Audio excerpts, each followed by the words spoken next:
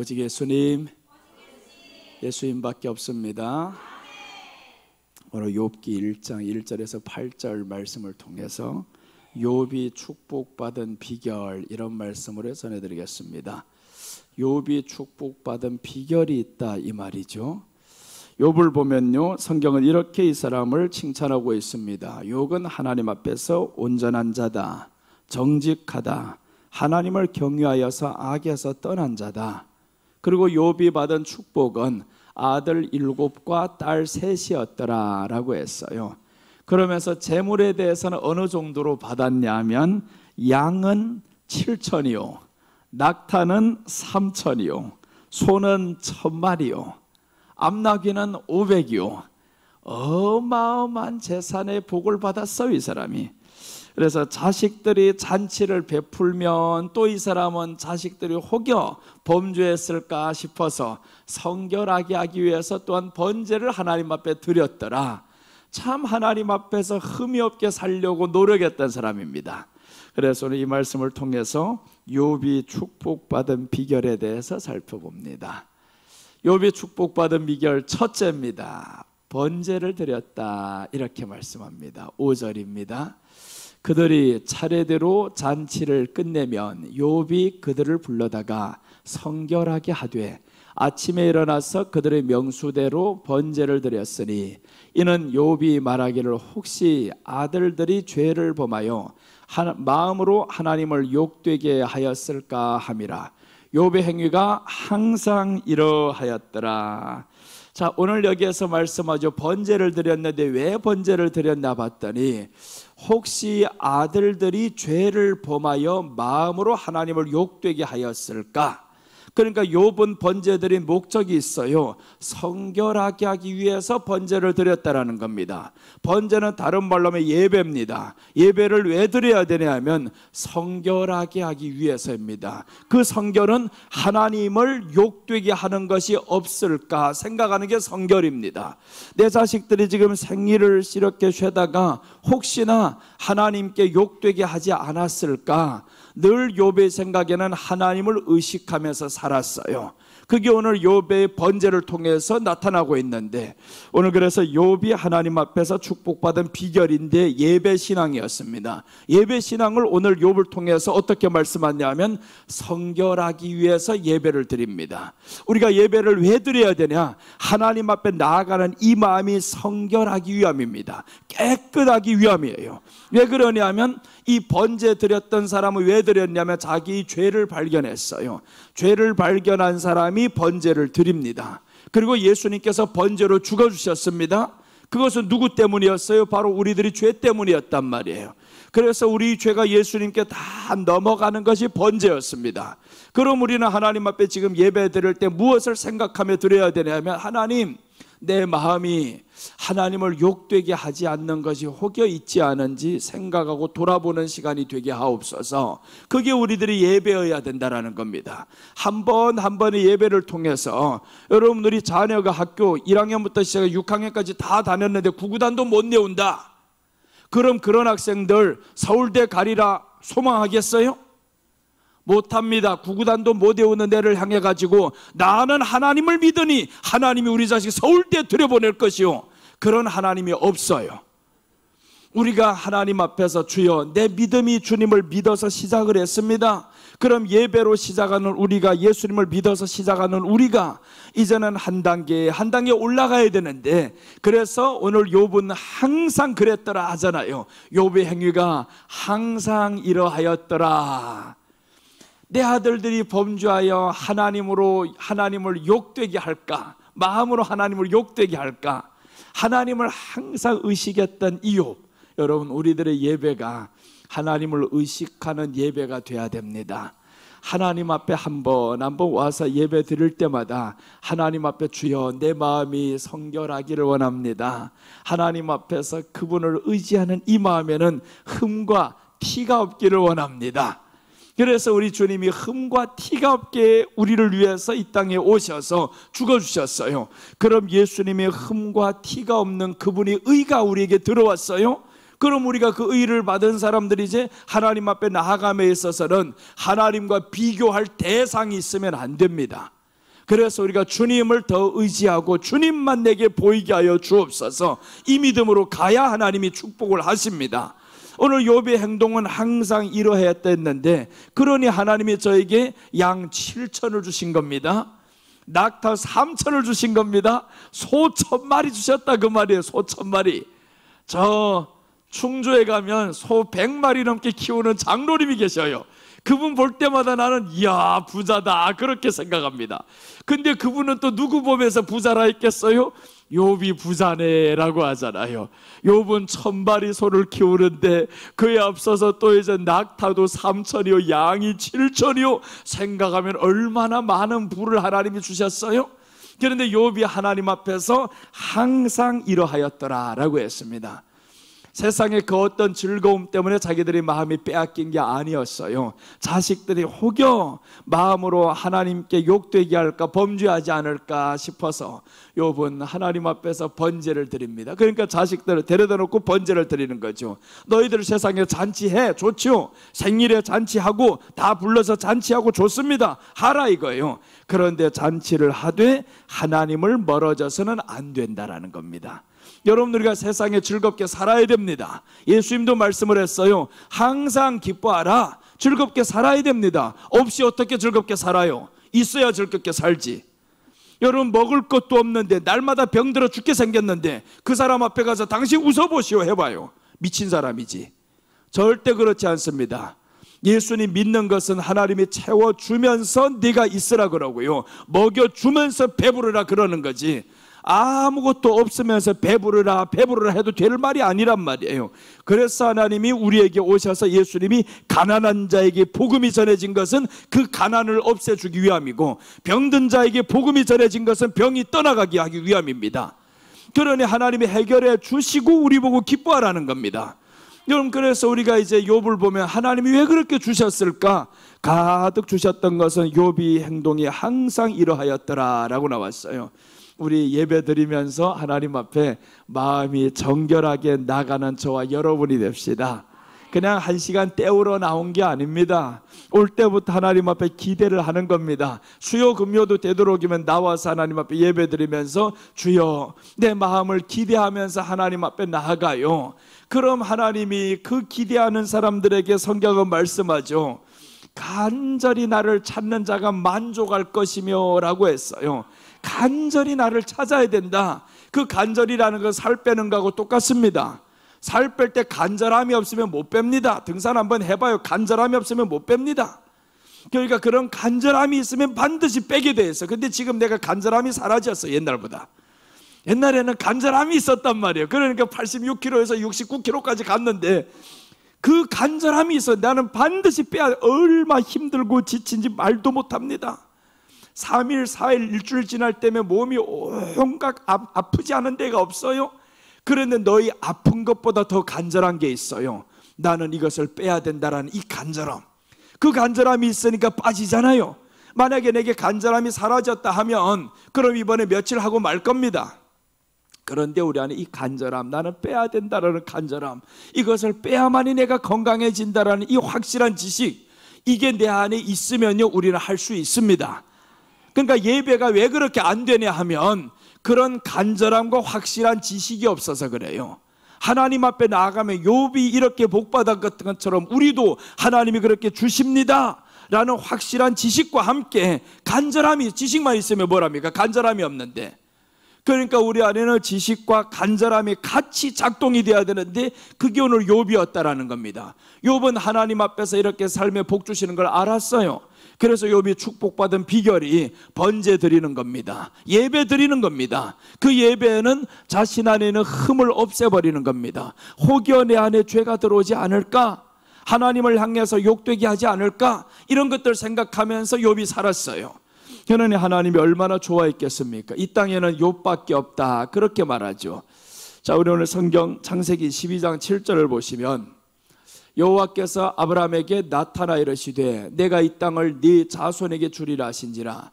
자기에게 나타나신 여호와께 그가 그곳에서 제단을 쌓고, 이게 아브라함이 하나님 앞에 제단 처음 쌓았습니다. 언제 쌓았냐면 자기가 살던 본토 친척 아비집을 떠났을 때 가능한 겁니다.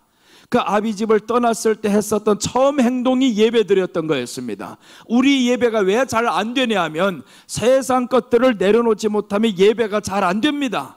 본토 아비 친척 집을 떠나야 되는데 자꾸 그곳에서 매여 있다 보면 예배가 잘 안 돼요. 그래서 이 아브라함의 첫 시작을 보니까 먼저 떠나서 도착한 그 지경에 와서 이 사람은 제단을 쌓고 이렇게 말씀했어요. 이제 이 사람은 예배 없는 삶에서 예배 있는 삶으로 전환이 된 겁니다. 우리가 바로 그래요. 예배 없는 삶에서 예배 있는 삶으로 지금 전환이 되었습니다. 그럼 이 예배 한 번 드리고 말아야 되냐? 아브라함은 말았어요. 이거 예배 한 번 드리고 끝나버렸습니다. 그래서 이제 뒤에 8절 9절 보면 아브라함은 그 땅에 기근이 옵니다. 흉년이 듭니다. 이 사람이 예배 드리다 말다 떠나버렸어요. 애굽으로 내려갑니다. 예배에 이렇게 한번 고난이 있다고 어려움이 있다고 끝나버리면 하나님이 보시기에 야, 너 아직 예배에 대한 가치를 모르는구나. 가나안 땅에 들어왔는데 너 왜 예배 안 드리고 계속 그쪽으로 가? 그럼 하나님이 저에게 또 소중한 아내를 빼앗아 버렸어요. 예배를 제대로 드리지 않는 사람은요, 내 가족의 소중함 생각하지 않는 겁니다. 여러분, 우리가 가정의 소중함을 생각한다고 하면 예배를 하나님 앞에 드렸을 때 하나님이 아브라함을 지켜주십니다. 자, 이제 한번 봅니다. 이 아브라함이 이제 여기에 떠나갑니다. 떠나가서 이제 문제가 생겼어요. 아내를 빼앗겼죠. 빼앗기고 이제 하나님이 저에게 책망하면서 돌아옵니다. 빼앗기고 보니까 알았어요. 가나안 땅에 있으면 누구도 내를 빼앗을 거 없는데 내가 애굽에 왔더니 이렇게 아내를 빼앗겼네 라고 해가지고 아내 빼앗기고 사온 것이 이 사람이 재물이었습니다.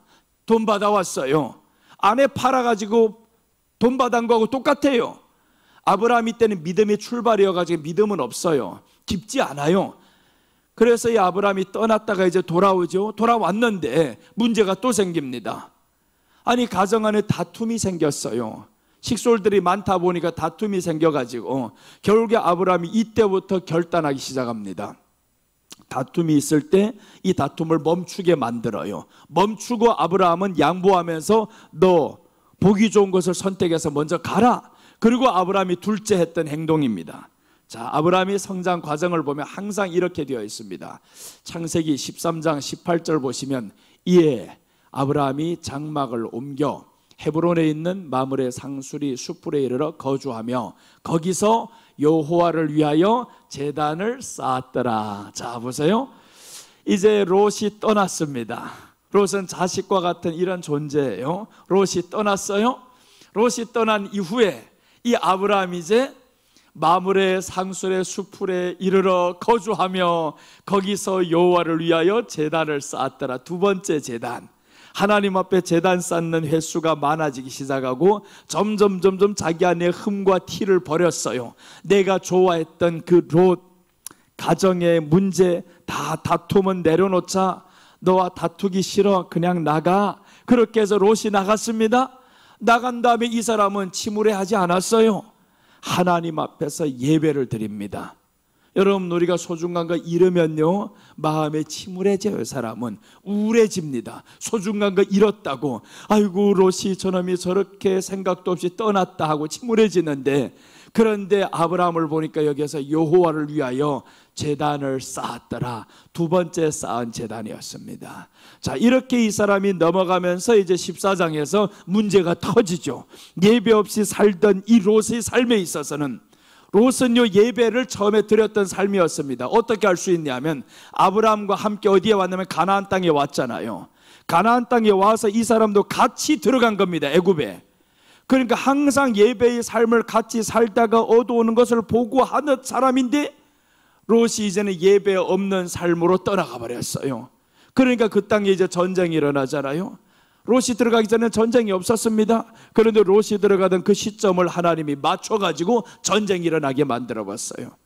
네가 돈 때문에 아브라함을 떠났지, 예배 없는 삶을 선택했지, 그럼 내가 네 재물을 다 빼앗을게. 그래서 롯의 재물이 다 빼앗겨서 가는 겁니다. 그때 아브라함을 통해서 또 하나님이 기도하게 하시면서 이 모든 재물을 찾게 만들죠. 그러니까 아브라함은 점점 하나님 앞에 가까이 가는 삶이었습니다. 그러니 아브라함은 이제 거부가 되는 겁니다. 환란이 있어도 하나님이 지켜주시는 겁니다. 그래서 우리가 하나님 앞에 나아가는 삶은 예배와 점점 가까이 가는 삶이어야 됩니다. 이제 히브리서 11장 21절 보면 야곱이 나옵니다. 야곱은 아브라함의 손자예요. 아브라함의 아들 이삭, 이삭의 아들이 야곱. 이렇게 야곱이 이제 죽을 때 어떤 행동을 하는가 봅시다. 히브리서 11장 21절 보시면 믿음으로 야곱은 죽을 때 요셉의 각 아들에게 축복하고 그 지팡이 머리에 의지하여 경배하였으며, 죽을 때까지 야곱이 놓지 않았던 한 가지는 예배였습니다. 이 예배, 사람이 죽을 때 되면요 사람이 의지가 됩니다. 점점 나를 지켜줄 자가 누구일까 그렇게 생각이 돼요. 나이 들면 들수록 사람을 의지하게 됩니다. 그런데 이 야곱은 보면 아니었어요. 나이 들면 들수록 하나님을 경배하고, 아브라함도 나이 들면 들수록 죽을 때 아브라함이 뭘 하냐 하면 놀라운 결단을 내립니다. 아브라함이 죽을 때 자기 얻었던 후처 나가라는 거예요. 너 나가라. 그리고 너에게서 낳은 이 아들도 같이 데리고 다 가. 다 보냈습니다. 누구만 남냐면 이삭만 남겨둔 거예요. 그러니까 아버지의 장례를 이삭이 치르는 거죠. 이삭만 남겨둔 채 자기에게 가장 필요했던 그 아내, 어떻게 보면 이 그두라가 사레보다 더 사랑을 받으며 더 행복해질 수가 있어요. 사레하고는 아이를 하나밖에 못 낳았어요. 이삭 하나밖에 못 낳았잖아요. 그러다가 사레가 죽었단 말이에요. 그 다음에 이제 이 그두라하고는 아이 5을 더 낳습니다. 그러니까 늙어서 아이 자꾸 낳는 모습을 보면서 야, 우리 진짜 행복해 했는데, 그런데 그 행복을 언제 끊어버리냐면 마지막에 죽을 때였습니다. 나가라는 거예요. 왜 그러냐면 하나님의 복이 이삭에게로 넘어가야 되는데 너희들이 있으면 그 복이 그렇게 못 넘어가요. 그러니까 그 하나님이 뜻이 이루어지기를 위해서 아브라함은 자기가 편안한 생활을 포기하고요, 노년에 그렇게 아내 옆에서 자식들 가득한 옆에서 죽는 이 편안한 생활을 포기합니다. 그러니 하나님이 아브라함을 믿음의 조상의 바늘에 이렇게 오르게 만들죠. 그리고 이제 야곱이었습니다. 야곱, 이렇게 아버지 죽는 모습을 이삭이 지켰던 이 사람이, 그리고 이제 야곱에게 축복을 할 때 보니까 이 야곱이 그 아버지 믿음 따라서 또 마지막까지 지키는 것 하나가 있죠. 그 지팡이 머리에 의지하여 경배하였으며, 죽을 때까지 이 사람은 예배 드리는 삶에 대해서 흐트러지지 않았어요. 우리가 하나님 앞에서 예배의 삶이 점점 진하게 되셔야 됩니다. 예배 드릴 때마다 하나님 정말 감동하고 감격하고 감화가 있고, 그리고 또 이제 기대하면서 나와야 되겠죠. 하나님 앞에 나아갈 때 기대하는 마음, 그런 걸 가지고 살아갈 때 하나님이 축복을 왜 안 하시겠어요? 그래서 오늘 욥이 축복받은 비결에 대해서 보면, 첫째는 번제를 드렸더라. 예배 드리는 신앙이었습니다. 욥이 축복받은 비결 둘째입니다. 둘째 보시면 악에서 떠난 자다라고 소개합니다. 8절입니다. 여호와께서 사탄에게 이르시되 네가 내 종 욥을 주의하여 보았느냐. 그와 같이 온전하고 정직하여 하나님을 경외하며 악에서 떠난 자는 세상에 없느니라 라고 했어요. 악에서 떠난 자가 세상에 없다. 그런데 신약에 와보니까 악에서 떠난 자는 오직 한 분밖에 없더라. 예수님밖에 없더라. 그러니까 오늘 여기에 욥은 누구를 예표하냐면 예수님을 예표하는 인물인 동시에 예수님의 삶을 본받은 신앙임을 알 수 있어요. 예수님을 예표하는 동시에 이 사람은 예수님의 삶을 또한 본받았다라는 겁니다. 예수님이 이렇게 죄에서 떠난 자다, 악에서 떠난 자다라고 했는데, 이 말씀은 예수님의 삶을 본받은 신앙을 가져야 된다라는 겁니다. 우리가 예수님의 삶을 본받고자 해야 됩니다. 예수님이 말씀했잖아요. 너희 안에 이 마음을 품으라는 거예요. 아버지의 마음, 내 안에 예수님의 마음을 품어야 되는데, 그게 바로 악에서 떠난 자라는 겁니다. 죄에서 떠난 자. 그럼 여러분, 오늘 여기에서 예수님의 본받은 삶이라는 것이 무엇일까? 여기에 보면 이렇게 나옵니다. 마태복음 5장 48절 보시면, 그러므로 하늘에 계신 너희 아버지의 온전하심과 같이 너희도 온전하라 라고 했습니다. 온전에 대해서 말씀합니다. 예수님이 지금 제자들을 앉혀놓고 지금 하시는 말씀이에요. 너희가 하늘에 계신 아버지가 온전하심 같이 너희도 온전해야 된다. 그래서 그 온전함이라는 것은 악에서 떠난 자와 지금 비슷하단 말이에요.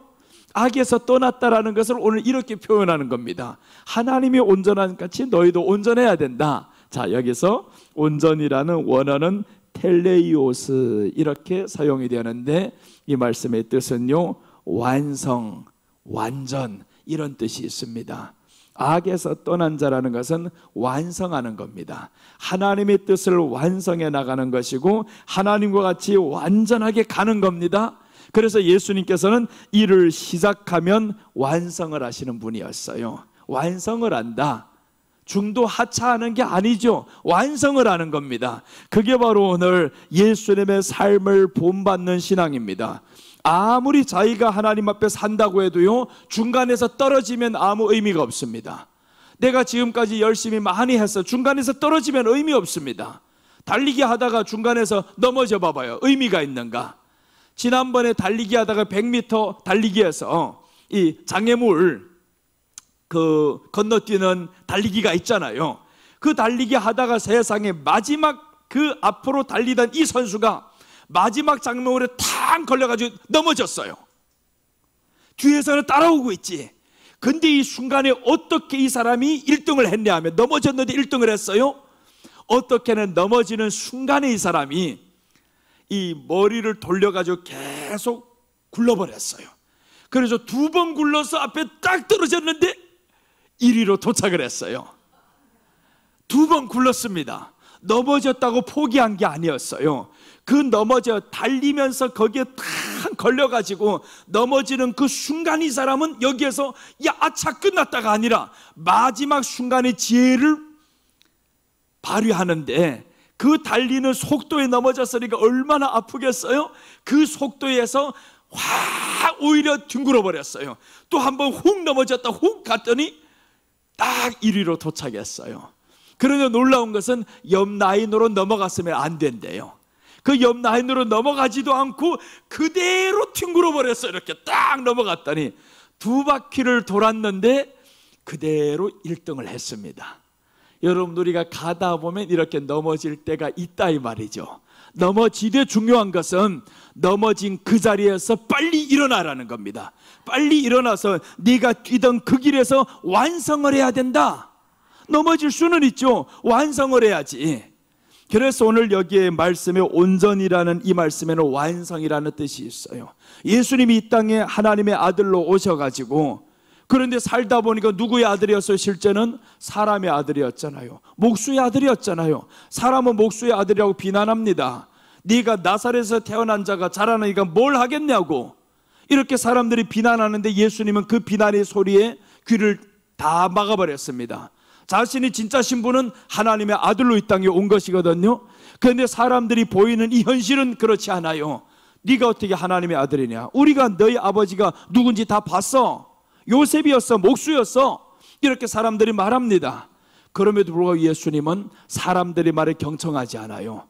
내가 가야 할 길은 완성하는 이 길이라는 거예요. 시작을 하나님의 아들로 이 땅에 왔으면 마지막에 하나님의 아들로 나는 죽는 거야. 그래서 예수님은 끝까지 갔습니다. 여러분, 우리는 믿음으로 시작했어요. 하나님의 자녀로 시작했습니다. 중도에 쓰러지는 자가 있으면 안 됩니다. 그럼 바보인 거예요. 뛰다가 마지막까지 다 왔는데 넘어져가지고 포기하면 얼마나 아쉬워요 이거. 그러니까 그 선수처럼 마지막 2바퀴만 굴러버리면 내가 갈 수 있는데, 뛰어와도요 뒤에 사람이 넘어지지도 않았어요. 못 이기더라고요. 앞에서 열심히 달리는 사람은 넘어져도 다시 한번 일어나면 이길 수 있습니다. 그러니까 여러분, 우리는 정말 하나님 앞에서 가는 이 길 완성하는 사람 되셔야 됩니다. 예수님이 완성하는 그 존재였어요. 예수님의 인격은 완성이었습니다.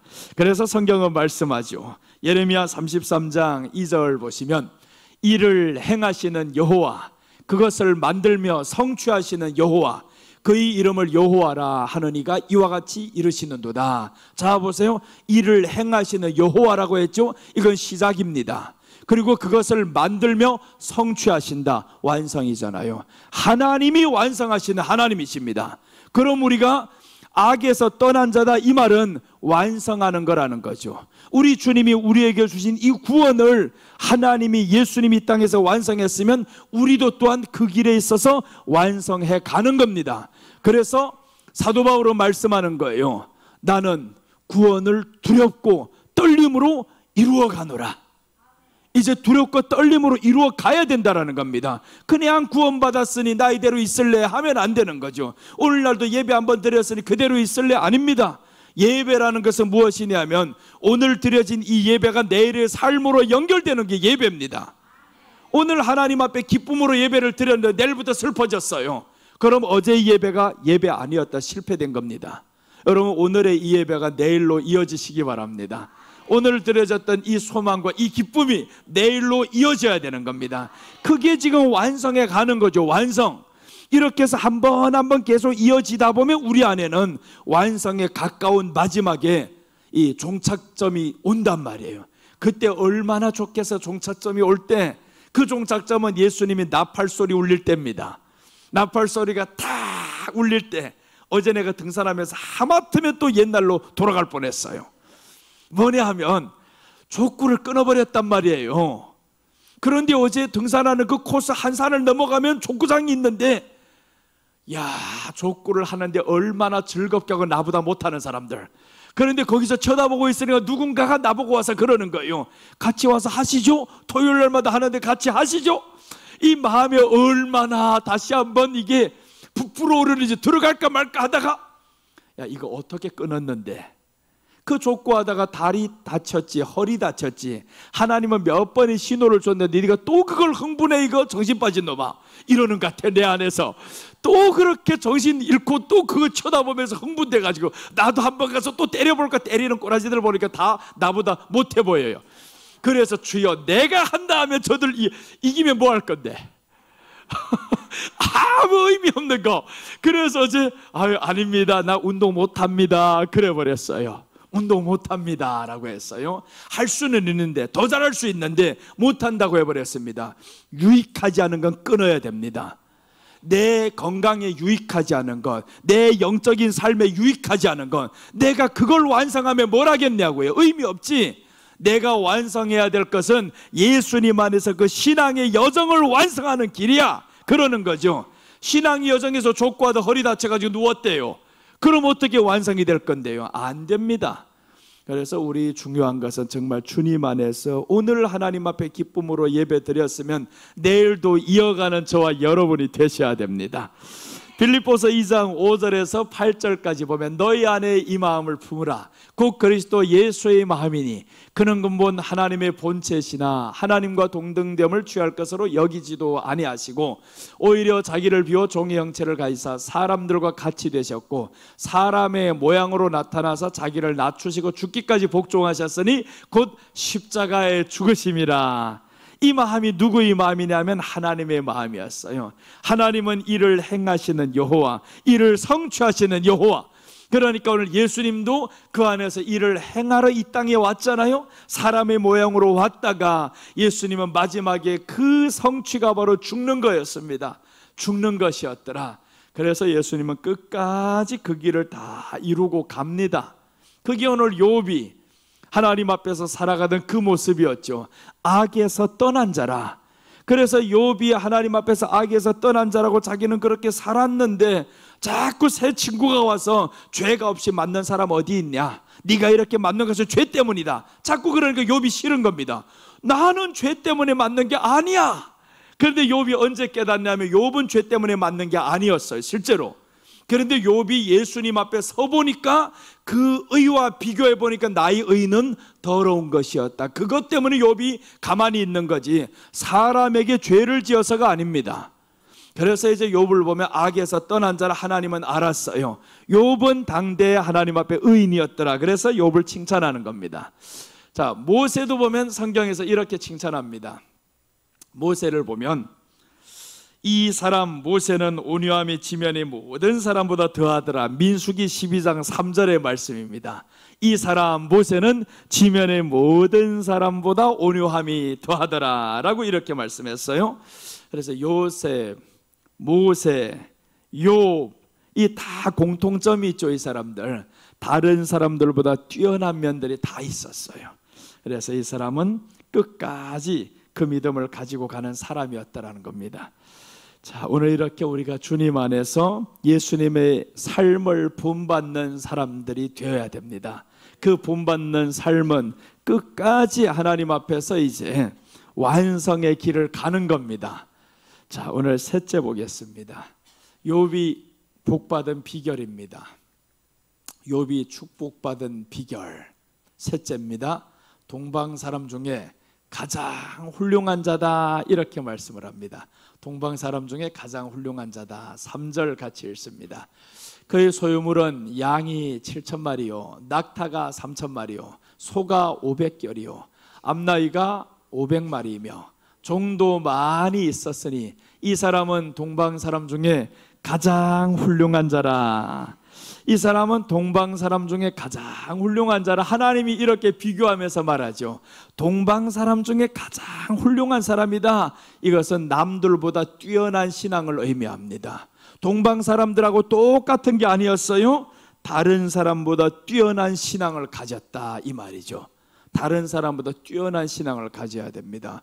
똑같이 달리면 의미가 없어요. 다른 사람보다 뛰어나야 되지. 그 뛰어남에 있어서는 우리가 뭐 남들보다 크게 우뚝 서라 그런 말도 아닙니다. 조금만 잘하면 뛰어나 보이는 겁니다. 조금만 더 잘하면 됩니다. 그래서 오늘 부모의 마음이 그렇잖아요. 자식이 어디 가서 계속 꼴등만 하고 와봐요. 누가 그 자식을 잘했다고 할 사람이 있습니까? 부모는 자기 자식이 앞에 서기를 원해요. 그냥 1등하기를 원하고 잘 살기를 원하고 기뻐하며 살기를 원하고 그게 이제 부모의 마음이란 말이에요. 그래서 하나님은 욥을 향해서 보니까 동방 사람 중에 가장 뛰어나더라 라고 말씀을 했어요. 하나님도 보면 사람들에게 이렇게 말씀을 합니다. 너 꼬리가 되면 안 된다. 머리가 돼야 된다. 하나님도 그렇게 말씀을 해요. 자, 우리 신명기 23장 13절 보시면 여호와께서 너를 머리가 되고 꼬리가 되지 않게 하시며 위에만 있고 아래에 있지 않게 하시오니 오직 너는 내가 오늘 내게 명령하는 네 하나님 여호와의 명령을 듣고 지켜 행하며 하나님이 우리에게 머리가 되고 꼬리가 되지 않게 하고 위에만 있고 아래만 있지 않게 하고 이게 조건이 있다라는 겁니다. 내 명령을 듣고 지켜 행해라 라는 겁니다. 그러면 너는 지금 머리가 되게 하겠고 꼬리가 되지 않는다. 위에만 있고 아래에 있지 않게 하겠다. 그러니 하나님의 명령을 듣고 우리는 지켜 행해야 되는데 그 명령이 뭐냐 하면 간단해요. 예배를 하나님 앞에 드리는 게 하나님의 명령입니다. 예배 하나님 앞에 드리는 거예요. 그 명령 중에서 하나님이 가장 사람에게 주신 명령이 안식일을 거룩히 지키라. 이게 하나님의 명령이었습니다. 안식일, 주일날 예배를 하나님 앞에 거룩하게 지켜라는 겁니다. 이 예배와는 다른 거 견주지 말라는 거예요. 견주지 마. 그러면 내가 너에게 머리가 되게 해주겠다. 위에만 있게 해주겠다. 이 얼마나 좋아요. 그러니까 예배 나올 때마다 우리는 어떻게 생각하고 와야 됩니까? 이야, 나 또 지금 머리 되는 순간이야. 또 위에 앉는 순간이야. 그렇게 하나님이 복을 준다는데 그 기대도 없이 그냥 왔다 갔다 해봐봐요. 하나님이 복 주신 것도 모르고 살아갔는데 그 사람에게 머리가 되게 하면 뭘 할 거예요? 의미가 없습니다. 하나님 앞에서 주여 내가 이 명령을 듣고 지켜 행하겠습니다. 하나님이 명령에 안식일을 거룩히 지키라고 했으니 나 오늘 하나님 앞에 나아갈 때 이 예배만큼은 다른 것과 견줄 수 없습니다. 이렇게 하나님 앞에 기대하면서 나아가면 하나님이 반드시 머리가 되게 해주십니다. 꼬리가 되게 안 합니다. 절대로. 나라든 교회든 가정이든 마찬가지입니다. 하나님 앞에 예배 드리면서 그 말씀을 지켜 행하면 하나님이 반드시 머리가 되게 해주신다는데, 그래서 나는 지난해부터 자꾸 말하잖아요. 대한민국 이제 보라고 어떻게 하나님이 높여주시는가 자꾸 높여준다는데 사람들 안 믿어. 이거 높여준다는데. 그래서 지금 이제 보세요. 대통령 마음은 안 들어도 지금 바뀌자마자 어떻게 되는가. 주식시장에 주식하는 사람 지금 1,500만이 됩니다, 한국이. 그런데 이 사람들 얼마나 요즘에 웃고 난리가 나겠어요. 좋았어. 지금 2,300에 머물러 있던 이게 지금 17일 만에 3,000 넘어가 버렸어요. 17일 만에 펑펑 뛰어서 올라갑니다. 마구잡이로 올라가 버려요. 그런데 뭐라고 합니까? 5,000까지 간다 하잖아요. 지금 기대에 부풀었습니다. 당신 잘해서가 아니야. 하나님이 주의 백성들이 깨어나기 시작한, 우리가 그때부터 뭐만 기도합니까? 하나님께서 이 나라를 복 주세요, 복 주세요. 그래, 대선을 위해서 계속 기도하면서, 기도가 누구 어느 한 사람을 위해 한 게 절대 아닙니다. 누구 되게 해주세요가 아닌 거예요. 하나님이 이 땅에서 사용하는 사람 사용해 주세요, 복 주세요, 그 하나뿐이잖아요. 아직도 어떤 사람, 이런 사람들이 있어요. 나는 이재명 대통령으로 절대 부를 수 없어, 이런 사람이 있습니다. 모든 결과는 하나님께 맡기는 거예요. 하나님이 세우셨다 그렇게 생각하면 기도하면 되는 겁니다. 하나님 잘하게 해주세요, 잘하게 해주세요. 그래서 나는 어제도 뉴스 보면서 나토 정상회의들 가야 된다 그렇게 막 어제 속으로 기도합니다. 저기는 가야 됩니다. G7도 갔는데 뭐라고 나쁜 말 하지 말라는 거예요.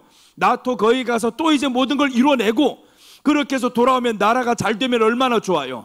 안 가고 망신하면 뭘 하냐고요. 가서 손가락질했다 망신하고 왔다 그런 소리들 하지 말라 이거. 이제는 무조건 잘 되게만 해주세요, 잘 되게만 해주세요.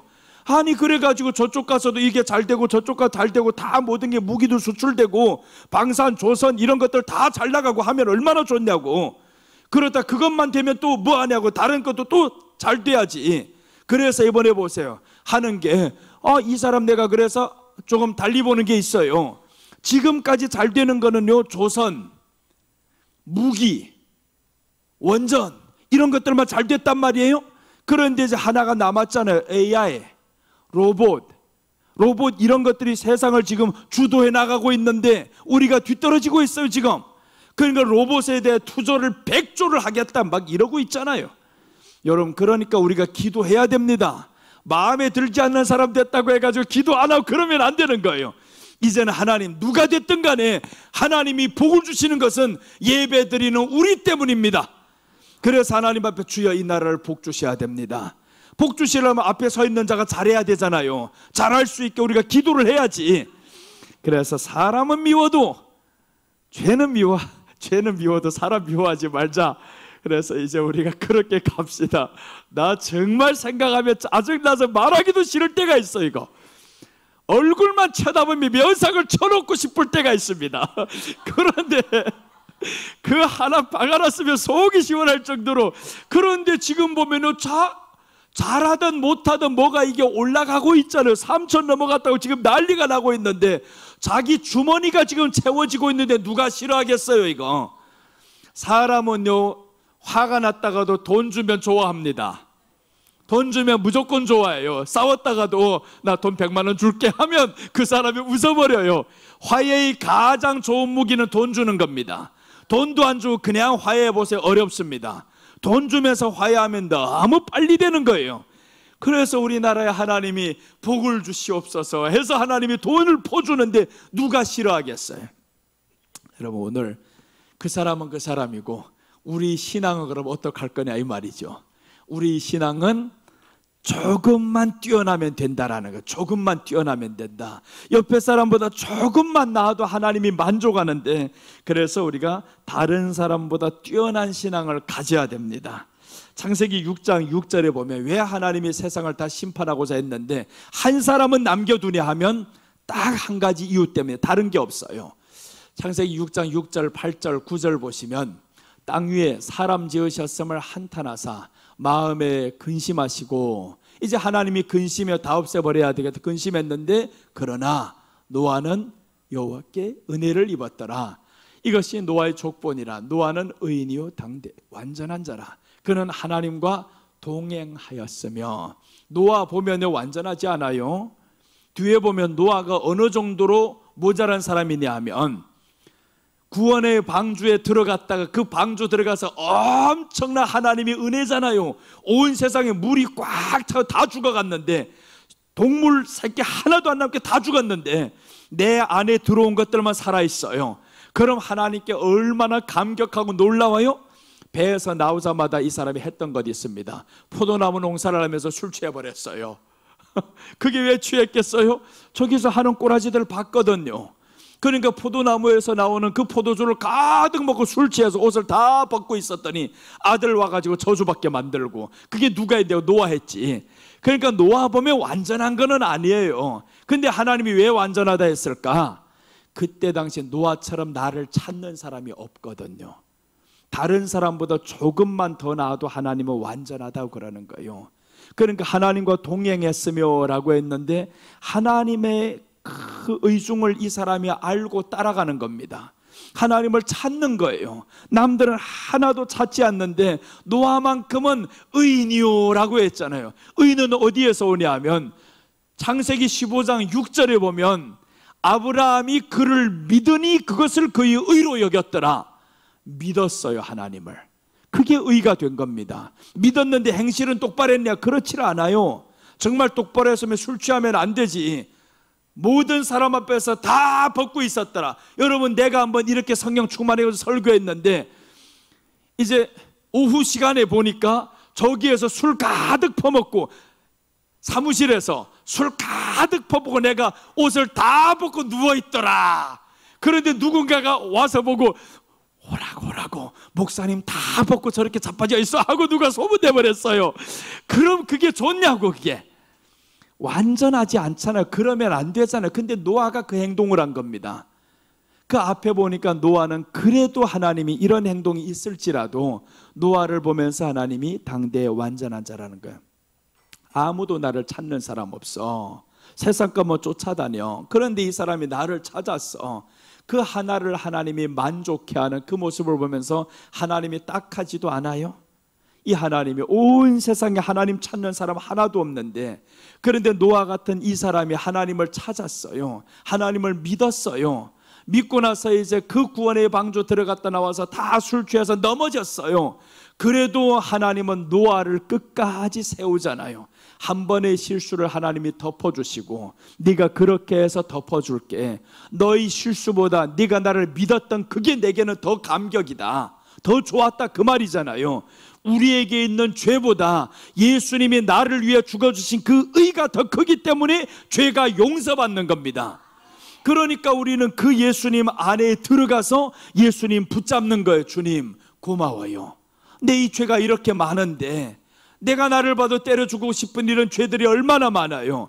그럼에도 불구하고 이 죄가 용서받을 수 있는 것은 너희 죄보다 하나님이 우리를 향한 사랑이 더 큰 것을 믿는 겁니다. 그러니 우리가 용서받고 사는 거예요. 그래서 우리가 하나님이 나를 사랑하였으니 주님 안에서 한번 살아보겠습니다. 그래서 나는 다른 사람보다 조금만 뛰어난 믿음을 가져보리이다. 그래서 우리가 다른 사람보다 조금만 뛰어납시다. 옆에 사람보다 조금만 뛰어나면 되는 거예요. 그렇게 하면 하나님이 만족하시겠다는데 그걸 못하겠냐고요. 그래서 오늘 욥이 축복받은 비결 3가지를 지금 말씀드렸습니다. 3가지를 말씀드렸는데, 욥은 번제를 드렸더라 했죠. 예배신앙이었습니다. 자신을 돌아보면서 혹여 내가 범죄하지 않을까 정결하기 위해서 이 사람은 예배를 드립니다. 악에서 떠난 자라고 했습니다. 예수님의 삶을 본받은 신앙이었어요. 그 삶에 있어서는 완성의 길입니다. 그래서 우리가 주님 안에서 이제 시작을 했으니 완성을 해야 됩니다. 동방 사람 중에 가장 훌륭한 자라고 했어요. 다른 사람보다 뛰어난 신앙을 가졌더라. 그래서 우리가 다른 사람보다 조금만 뛰어난 신앙을 가지면 욥과 같이 축복을 받게 됩니다. 기도하겠습니다. 하나님 아버지 감사합니다.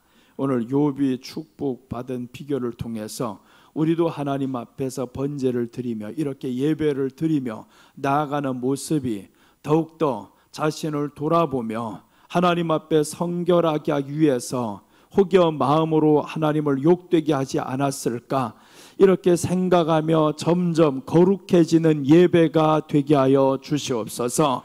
악에서 떠난 자라고 했는데 항상 예수님을 본받으며 살아갈 수 있는 우리 모습이 되고, 예수님은 십자가를 지기까지 끝까지 그 길을 가셨습니다. 우리가 가야 할 이 구원의 길을 끝까지 가는 사람들 되게 하시고, 이 사명의 길을 또한 끝까지 가는 사람들 되게 하여 주옵소서. 주님 앞에서 다른 사람보다 조금만 더 뛰어난 믿음을 가질 수 있는 우리들 되게 하시고, 이제는 그렇게 되기 위해서 우리가 또 한번 결단해 봅니다. 주님께서 우리를 지켜주시고 함께해 주시옵소서. 감사를 드리며 다시 오실 예수님의 이름으로 기도드립니다. 아멘.